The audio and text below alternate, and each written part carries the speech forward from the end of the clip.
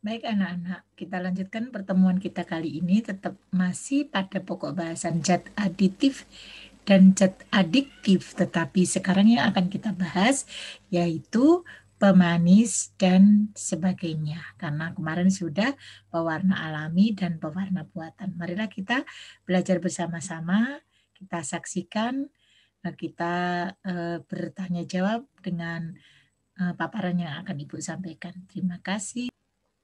Oke, pemanis. Pemanis memberikan rasa manis pada makanan dan minuman. Pemanis juga ada dua, pemanis alami dan buatan. Kemarin kita sudah belajar tentang pewarna alami dan buatan, sekarang pemanis alami dan buatan. Oke, pemanis alami contohnya gula pasir nih, gula putih yang anak-anak juga suka bikin, papanya bikin teh atau kopi gitu.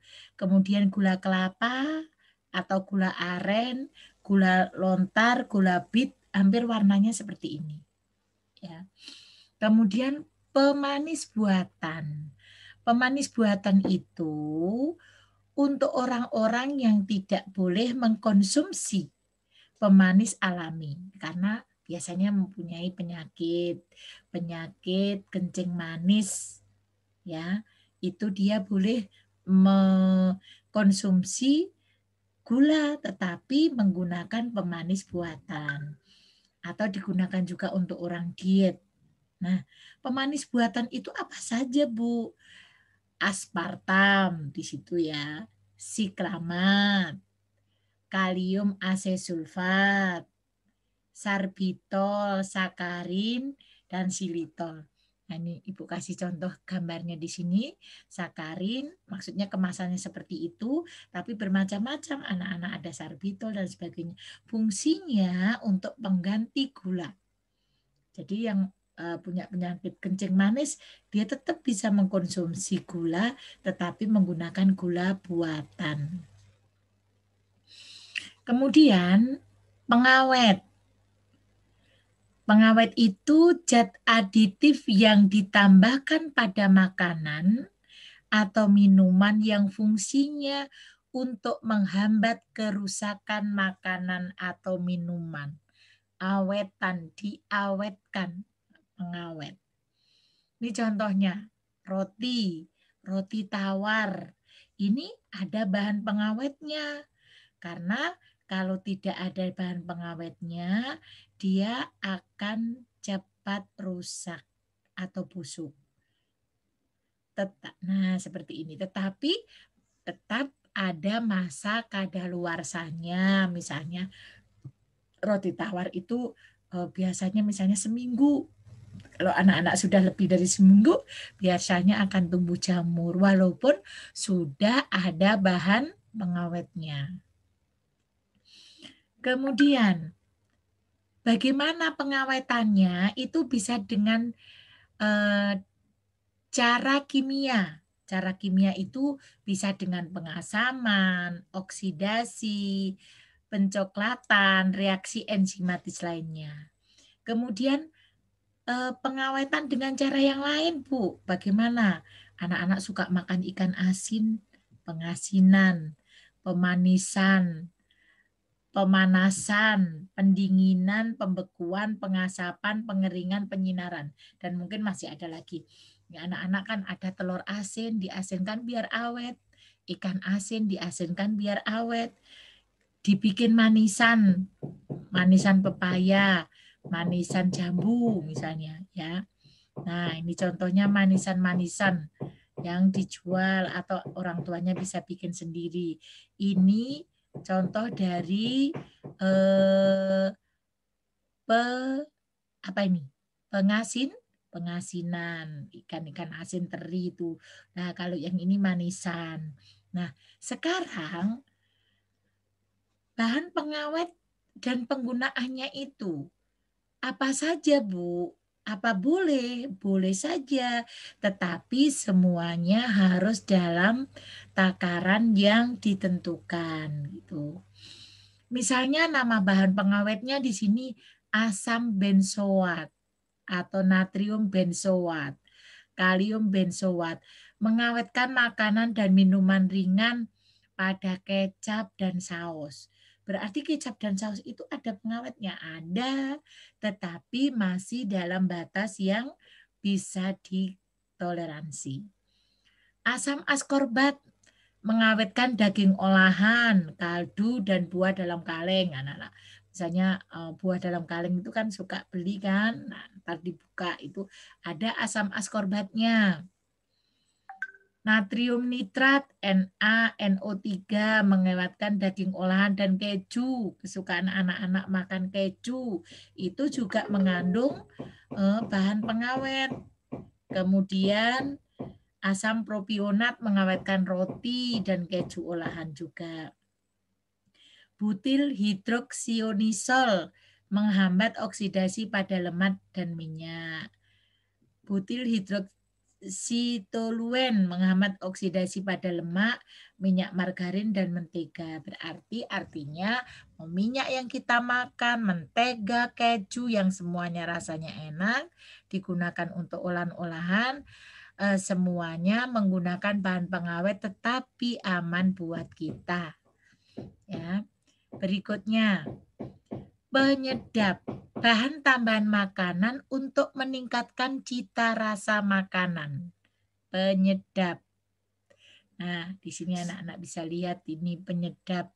Penyedap yang rasanya pedes gitu ya. Sambal terasi ini kelihatannya mau bikin sambal terasi. Nah, di sini nih ada juga penyedap buat masak. Buat masak-masak.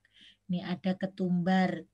Ada tumbar ini ya, ada merica ya, ini ada bubuk cabai, bubuk cabai. Kemudian ini apa yang selalu nggak ketinggalan kalau memasak itu daun salam, itu sebagai penyedap ya, dan yang lainnya ada kunyit dan sebagainya. Nah, yang ini sama apa? Ini meningkatkan cita rasa apa? Sop iga. Tetapi anak-anak makannya juga harus menggunakan proporsi tertentu. Kalau berlebihan akan menyebabkan penyakit. Penyakitnya apa, Bu? Yang satu kenyang, pasti itu. Ya, tapi kan di situ sudah ada kaldunya. Artinya ini untuk meningkatkan cita rasa. Nah, sekarang penyedap buatan, Bu, yang ditambahkan tadi penyedap buatannya itu dari apa? Nah, inilah penyedap buatan biasanya anak-anak ketika beli apa? Beli mie ayam, beli bakso. Ibu selalu bilang, nak, kalau beli bakso bilang jangan dikasih vetsin. Ya, karena terkadang dalam kuahnya mungkin sudah ada penyedap yang lainnya gitu. Karena kita untuk menjaga. Nah, umumnya nih penyedap buatan umumnya yang digunakan vetsin yang mengandung monosodium glutamat atau mononatrium glutamat. Banyak ahli berpendapat jika digunakan secara berlebihan akan dapat menimbulkan penyakit. Ya.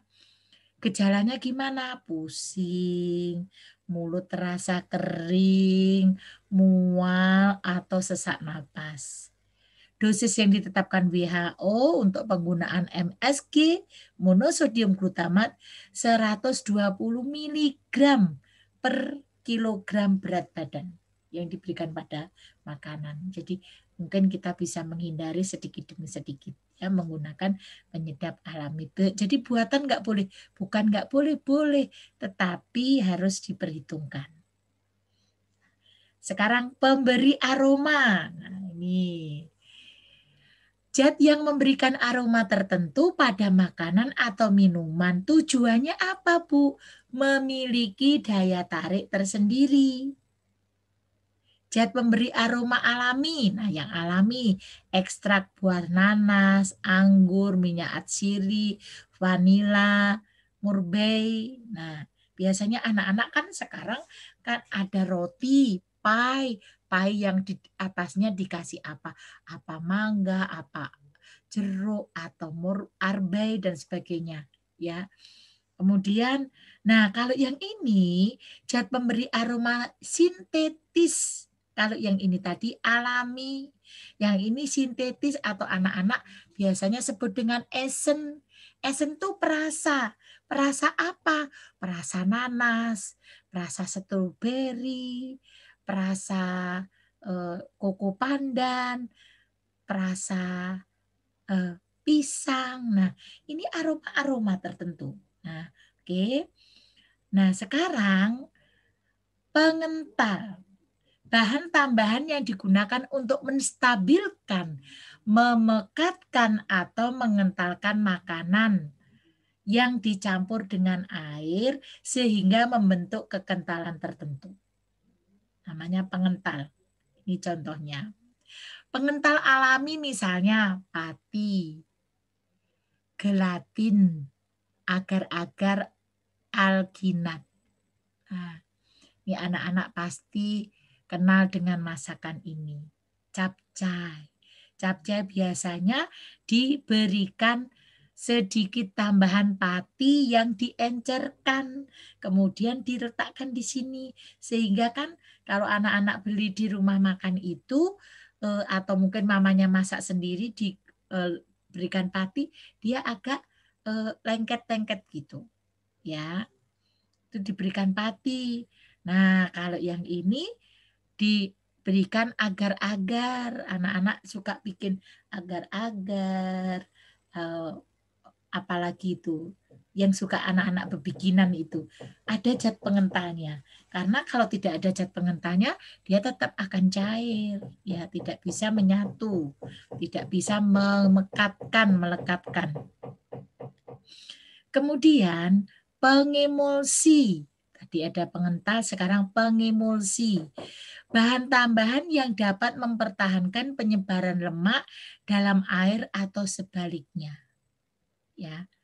Contoh zat pengemulsi makanan lecitin. Jangan sampai salah nulisnya. Lecitin yang terkandung dalam kuning telur maupun kedelai. Bukan keledai, kedelai. Lecitin banyak digunakan dalam pembuatan mayones dan mentega. Ya. Nah, ini pembuatan mayones. Jadi anak-anak bisa buat mayones sendiri, bisa pinter. Mamahnya apalagi. Nah, kemudian ini pada mentega. Jadi itu tadi. Nah, jadi kemarin kita sudah belajar tentang pewarna alami dan buatan, sekarang sudah pemanis, pengawet, pengemulsi, penambah aroma, dan sebagainya. Ya. Apabila tidak ditambahkan zat pengemulsi yang di sini, maka lemak dan air pada mayones dan mentega akan terpisah. Dia nggak bisa menyatu. Kekentalannya akan sendiri-sendiri, minyak sendiri, air sendiri, gitu ya. Kuning telur sendiri gitu. Makanya diberikan yang namanya pengemulsi. Tuh. Sekarang ini tugas anak-anak. Menyelidiki dampak zat aditif dalam makanan dan minuman bagi kesehatan. Nah, berbagai bungkus pengemas makanan atau minuman yang terdapat keterangan tentang komposisi kandungan bahan bakunya. Ini mohon maaf ya, terdapat maksudnya. Nah, makanan dan minuman, Bu, tidak harus ada makanan dan minumannya, tidak. Ini Ibu contohkan. Kenapa? Harus dipegang. Jadi anak-anak benar-benar melihat apa sih kandungan, namanya ini minumannya apa, kandungan zat adiktifnya apa, zat aditifnya apa, dampaknya bagi kesehatan apa, nanti disecing apa. Oh, kalau zat ini dampak bagi kesehatan seperti ini. Jadi anak-anak akan tahu, akan memahami. Ya. Nah, di sini 5 ya, 5 anak-anak. Mengapa Ibu suruh foto? Jadi nanti 5-5-nya ini Ibu ambil 2 gitu ya, Ibu foto. Nah, anak-anak misalnya ada 5, taruh aja di meja tapi difoto bersama. Artinya Ibu bisa mengoreksi yang dipegang anak-anak dengan yang masuk ke dalam tugasnya gitu. Jangan misalnya megang minumannya misalnya minuman ringan apa. Nanti di sini nulisnya apa kan jadi ketahuan. Itu ya. Nanti kalau kurang jelas silahkan bertanya. Baik anak-anak, sampai di sini dulu perjumpaan kita. Sampai bertemu kembali. Demikianlah yang dapat Ibu sampaikan. Selalu teriring doa buat anak-anak. Sukses selalu. Amin. Sampai jumpa kembali. Ditunggu di pertemuan berikutnya. Sampai jumpa.